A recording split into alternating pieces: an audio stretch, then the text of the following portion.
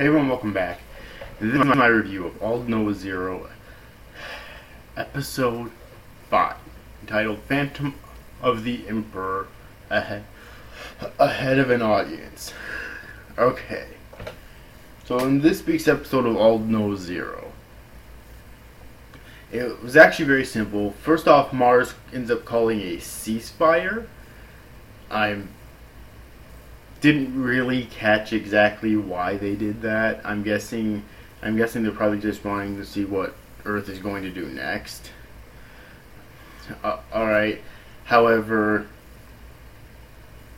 that one Terran from Mars actually ends up sneaking into the king's private quarters and telling him about the princess still being alive, and that some of his men ended up trying to orchestrate her death. And now, I don't get this king at all, okay? First off, this guy seems like two things. One, he seems like he doesn't really know what's going on without his knowledge.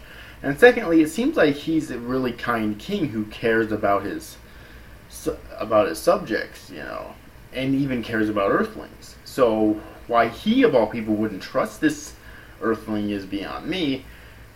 But then the Count guy, I forget what his name, like Count Crucis or something like that, he ends up approaching him, and the king decides to order an all-out assault on Earth, as if it hasn't been done already, because his flesh and blood is dead. Like, you were just informed that she's fucking alive, okay? Really? I don't understand that at all. I don't understand his king at all. Maybe he has something else planned. I don't know. But anyways, though. So, that's pretty much the episode. We also get Inaho, who ends up being introduced to this woman who is in charge of the she seems to be pretty high up on the food chain, and she compliments him when she finds out that he's the one who orchestrated that plan and whatnot, and suggests that he enters the service, although we haven't learned yet if he's actually going to. And that's pretty much the episode. It was very simplistic and straightforward, but I still enjoyed this episode, though.